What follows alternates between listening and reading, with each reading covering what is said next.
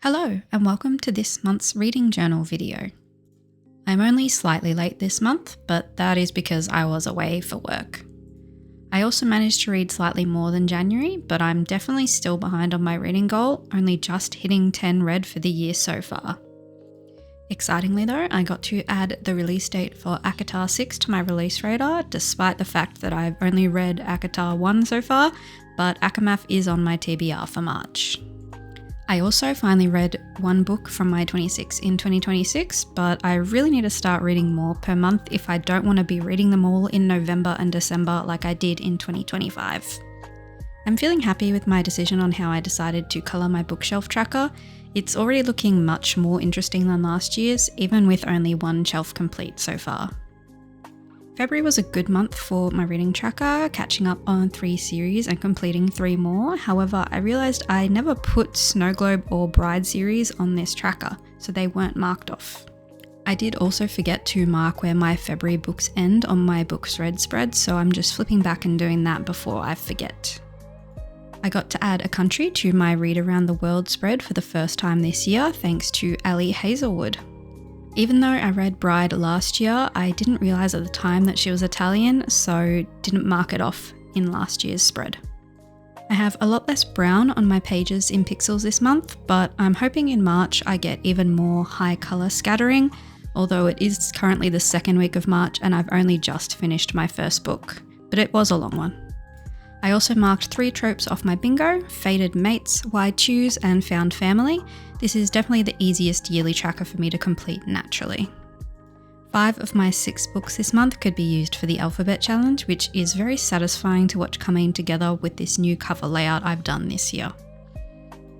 With this cover, the start of journal pages are updated and it's time to head to the February spread. Although I finished 6 books this month, I did read 7 as I'm currently in the middle of a financial literacy book that my friend recommended I read to make the right financial choices now that I'm currently in the process of looking at and buying a home. I'm taking my time with this book as I want to make sure I'm thinking about each point the author makes, and I also have another one on my radar for when I finish this one. Sadly, when I read slower, this calendar doesn't look as fun, but it's still cute. I've skipped showing how I set up my review spreads this month. If you'd like to see how I do it, head to the last month's reading journal video to see how I decided on this design. This first book was originally written in Korean and translated to English, and it was my first experience with a dystopian sci-fi style translated fiction, as up until now I've just read more lit fic style books.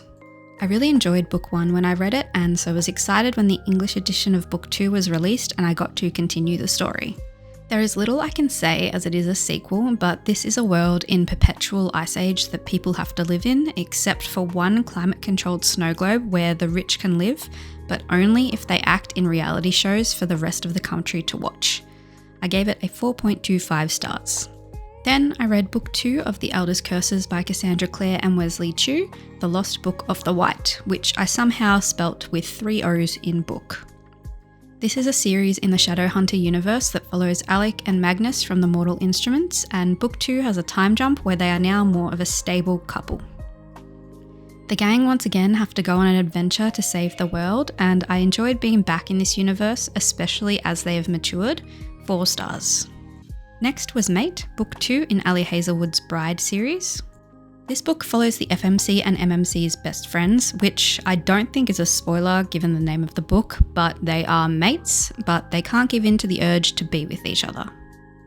This was a good typical shifter romance with some twists and turns that were good and bad, but overall I enjoyed it, 4 stars. I then finally got around to finishing The Shepherd King duology by Rachel Gillick and read 2 Twisted Crowns. Unfortunately, there is basically nothing I can say about this book without spoiling book 1, except that the world has magic through a tarot card style deck that everyone wants to own for their own personal gain. This book uses several different character POVs in a way that was not confusing, and I enjoyed learning more about the side characters you met in book 1 through this choice of writing, 4.5 stars. In my quest to keep up to date with new releases of series I'm reading, Die For You was next. This is book 4 in the Diamond Devils series by Harmony West, which is a dark hockey romance. This book is not as dark as book 3, but definitely has its moments, so I'd read the trigger warnings, and it is a reverse harem why choose in case that is not your thing. Aurora has escaped her abusive relationship and is trying to make a new start at college, but 3 men have been obsessed with her from first sight and plans start to change. There's nothing particularly special about this book, and the twist was quite obvious from very far out. I gave it 3.25 stars. The last book of the month was book 2 of the Vipers series by Rena Kent, Sweet Venom. This book is similar to Mate in that it follows the FMC's and MMC's best friends. I actually really struggled at the start because book 2's storyline is so intertwined with book 1's, and I had forgotten a lot of what had happened in book 1 until pieces came back to me as I read. Based on how Rena has set up book 3 and how she wrote this book, I'd probably suggest waiting until book 3 comes out this June and reading all 3 back to back, just so that you can remember the timeline well. Despite this, I enjoyed the overall plot, which I can't tell you without spoiling again, and gave it 4 stars.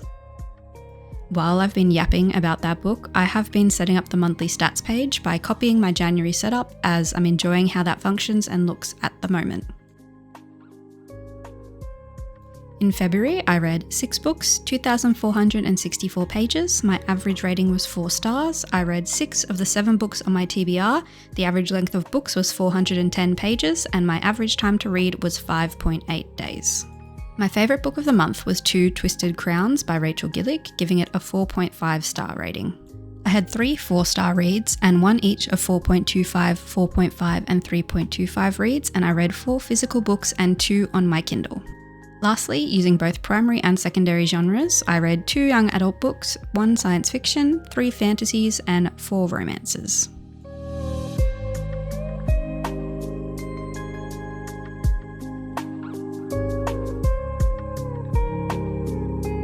I then decorated the stats page using the same stickers and tape from the start of the month spread, and gave myself the challenge of finding a place for every loose sticker I had left on the section of the flower PET tape, just so that I could cut that part off and throw it out.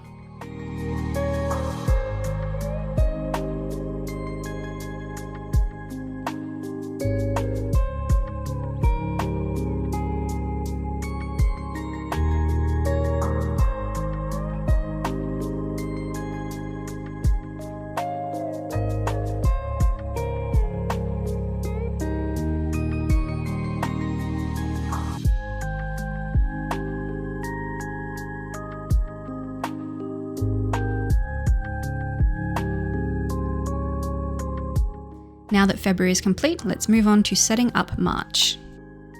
This was a random idea I had while thinking about what to do for this March theme the week before, and I wanted to try fully covering the page in paper and then adding the calendar on top using spare paper from my 2025 reading journal. When I then looked through my collection to see what I had that would tie together in some sort of theme, I found these different marble style pieces in purple and decided to go with a purple celestial theme. We actually had a lunar eclipse blood moon in the first week of March, so this worked out quite apt to the month in the end.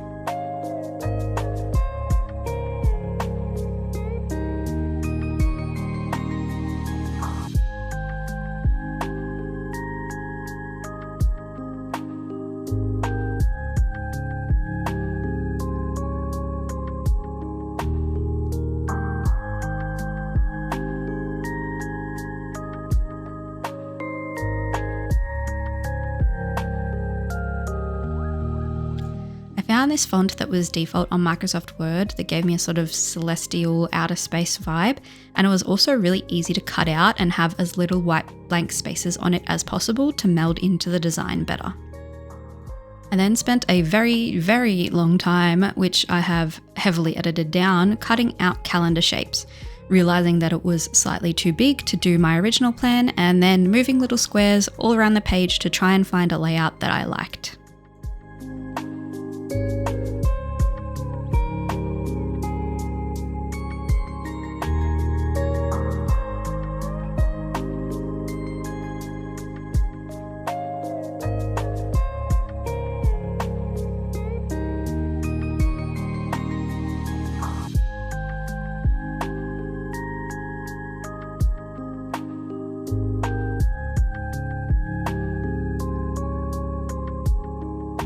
After many minutes of this, I landed on this layout, having just my Sunday column on the left side of the spread and the rest on the right, and just started sticking in every single box in hopefully a not too uneven way. While it wasn't completely accurate to how I had imagined this spread turning out in my mind, I don't hate the outcome and paired some moon stickers I had with it to mark the days of the week up the top. I then had to pick a piece for my TBR area, and luckily this fit right in the blank space below the calendar. I am allergic to sharp edges, so I did use my corner rounding tool on it before I stuck it in. I'm hoping I can get back above where I need to be in March, as according to Goodreads I'm currently 3 books behind my goal. But now that this spread is all done, let's flip back to the start of February and have a look at all the spreads we have completed today. While I wish that I had read more in February, I am glad I tried something new for my start of month spread in March, and hopefully it might motivate me to read a lot this month. Let me know what your favourite book you read in February was, as I want to add more very genres to my TBR. I hope you enjoyed this month's reading journal video, even if it was a little shorter than usual. Let me know if you like these sort of videos or like longer, less edited journal videos. Thank you all for watching, and I'll see you again in the next video. Bye!